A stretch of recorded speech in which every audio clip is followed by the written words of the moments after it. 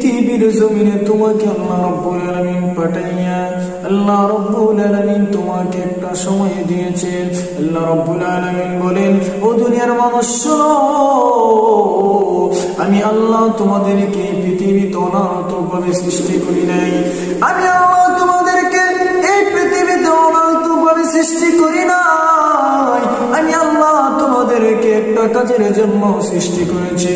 আল্লাহ রাব্বুল আলামিন বলেন, মা খালাকাতুল জিন্না ওয়াল ইনসা ইল্লা লিয়াবুদুন।